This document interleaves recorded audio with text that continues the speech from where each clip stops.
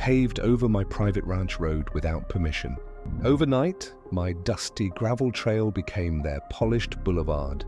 But here's what they didn't expect: I had the power to make every one of their cars vanish. And trust me, when I struck back, the whole town heard about it. When I left my ranch for a 3-day livestock expo, the gravel road that cut through my property was the same one I'd driven for years. Dusty, uneven, familiar, the kind of road that rattled your bones but carried history with every mile.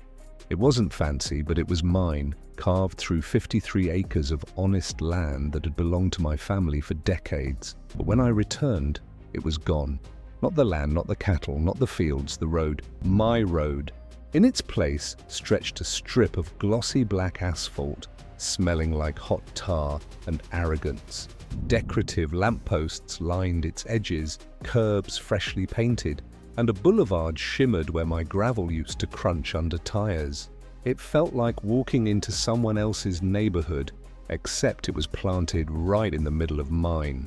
Taped to my gate was a letter, short, smug, and stamped with the HOA's logo. In accordance with community beautification standards, the road has been upgraded for the benefit of all residents. Residents? I wasn't one of them. My land wasn't under their jurisdiction, never had been. They hadn't called, they hadn't knocked, they hadn't even asked. They just paved over a piece of me like it was theirs to claim. My stomach knotted, my fists clenched. They thought they'd improve my land. What they'd really done was light a fuse. And when a rancher's fuse burns out, the explosion is something no shiny boulevard can survive. To understand my fury, you need to know the lay of the land. My ranch sprawls across 53 acres of country earth cattle grazing, tractors grinding, dust rising with every sunset. It's not pretty in the suburban sense, but it's real. My side is sweat, soil, and history. Next to me sits their world, an HOA neighborhood. Manicured hedges trimmed to identical heights, pastel houses standing in rows, imported palm trees swaying where they have no business growing. It's a picture-perfect postcard that costs a fortune, but feels hollow compared to the grit of ranch life. Years ago, their HOA president came knocking, begging me for a favor. Their residents had to drive the long way around to reach the highway. My gravel road shaved off 5 minutes. I agreed to let them use it. No contracts, no payments, just a handshake deal between neighbors. For years, I thought it was harmless. But what they saw as kindness, they took as weakness. My generosity gave them convenience, and instead of gratitude, they answered with betrayal. They paved my road without asking. They dressed it up like it was theirs. And that's when I decided it was time to remind them whose land they were really standing on. The letter's wording burned into my brain, upgraded for the benefit of all residents. Who gave them that authority? Not me. I wasn't on their board. My acres didn't fall under their bylaws, and yet they had the gall to treat my property like a public utility. It wasn't just asphalt. It was entitlement. They lined the road with decorative lampposts, as if my ranch had suddenly become their suburban gateway. They painted curbs, added landscaping, and left me standing there in disbelief. Fury bubbled in my chest, but I knew rushing in with anger wouldn't cut it. Ranchers learn patience from the land. Crops don't grow overnight. Cattle don't fatten in a day. And revenge? Well, revenge is best served slow, deliberate, and unforgettable. They thought they'd stolen something permanent. But they forgot one crucial fact: my land, my road, my rules. That so-called boulevard was nothing more than a trespasser dressed in asphalt. And I had just the tool in my shed to remind them the fuse was lit. My plan wasn't about yelling, arguing, or begging. It was about one simple move that would flip their world upside down. That night, under the cover of darkness, I backed my tractor toward the road. The sound of its engine echoed across the fields like a warning drum. In my equipment shed, I had a heavy-duty cattle gate, 10 feet tall and built from steel thick enough to stop a truck. I bolted it across the newly paved road. With every clang of the wrench, my anger melted into satisfaction. By the time I locked the last chain, the boulevard they had stolen was sealed off tighter than Fort Knox. At sunrise, the chaos began. SUVs rolled up, shiny sedans lined the curb, and horns blared in confusion. Their shortcut, the 5 minutes they cherished, had vanished overnight. Drivers turned around, grumbling, forced to take the long detour. By noon, my phone buzzed non-stop. First the HOA secretary, then their legal counsel. Voices sharp with entitlement demanded I take down the gate. I calmly told them the truth. They'd trespassed. They'd altered my property without consent. The road was mine and now it was closed. Click, silence. My words had hit harder than any chain across a road, but the storm wasn't over. The real confrontation was yet to come. The next day, their president showed up. Linda, perfect pearls, crisp blouse, smile faker than plastic. She leaned on my gate like she owned it. "You're blocking a public roadway," she snapped. I nearly laughed. Instead, I walked into my house, came back with my property deed and survey maps and laid them across the hood of her Lexus. "Not public," I said flatly. "Never was. You've been using it because I let you. That deal is done." Her smile cracked.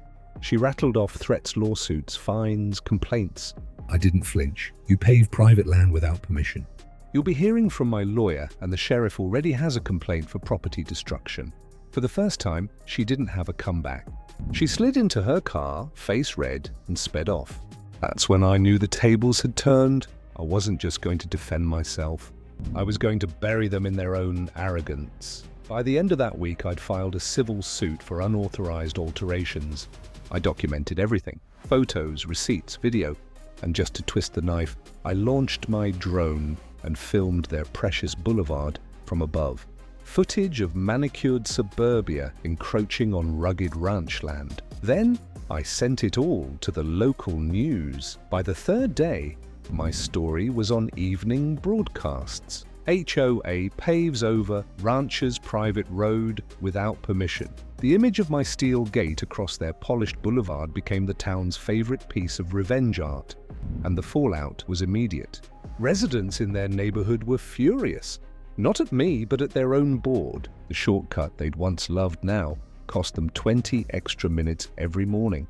Parents late for school drop-offs, workers late for shifts, tempers flaring at every turn. The HOA's shiny little victory was unraveling fast. But I wasn't done. Their cars were about to vanish in a way they'd never forget.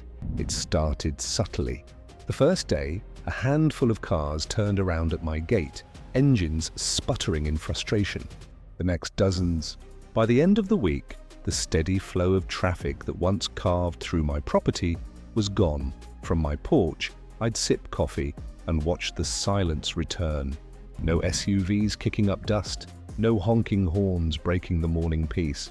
My land was whole again, and every vehicle that used to trespass simply disappeared, vanished. Neighbors complained louder and louder. HOA meetings turned into shouting matches. People demanded answers. Why did the board pave a road they didn't own? Why had they wasted everyone's money? Meanwhile, I leaned back and enjoyed the quiet. To the outside world, it looked like I had made cars vanish into thin air. In truth, I'd just locked them out of my world, forcing them back into theirs. But perception matters, and to them, the rancher had erased their shortcut, and every car along with it. The HOA was drowning in outrage, their residents stranded, their credibility crumbling. They thought they'd improved their neighborhood. All they'd done was build the most expensive dead end in the county. But here's the thing about revenge. Silence is satisfying, but payback tastes sweeter when it comes with interest. And that's exactly what I demanded next. By the end of the second week, they came crawling back. The HOA board called, emailed, even showed up at my gate again. Their new offer: they'd rip out the pavement, restore my gravel road, and pay damages. I declined. "You like your boulevard so much," I told them. "You can keep it. But from now on, it's not free." I slid a contract across the table. A rental agreement. If they wanted continued access to my land, they'd pay $4,000 a month. No exceptions, no excuses. Miss a single payment, the gates stayed locked. They squirmed, they argued, they threatened. But their residents were fed up. Their shiny shortcut had turned into a humiliating detour, and they had no leverage left. Eventually, with no choice, they signed. The ink dried, and just like that, their boulevard was no longer a theft. It was a lease. Now every month a check arrives in my mailbox. $4,000, steady as the sunrise. Money for a road that once was mine alone. Money for inconvenience turned into profit. Sometimes I climb onto my tractor and drive past their pastel houses, their manicured lawns, their fake palm trees. The same boulevard they once stole now pays me to exist. And every time I pass, I smile. Because the truth is simple, their arrogance paved them into a corner. They thought they were clever, that they could walk over a rancher without consequence. Instead, they built themselves the priciest shortcut in the county. And I didn't just get my land back, I got justice. That's the story of how a stolen road became the HOA's most expensive mistake. They tried to take what wasn't theirs, and in return, I made their cars vanish, their patience vanish, and their money vanish straight into my pocket. If you enjoyed this small-town revenge, hit that like button, subscribe, and share this story. Because trust me, this isn't the last time someone's arrogance gets bulldozed by justice, and you won't want to miss what happens next.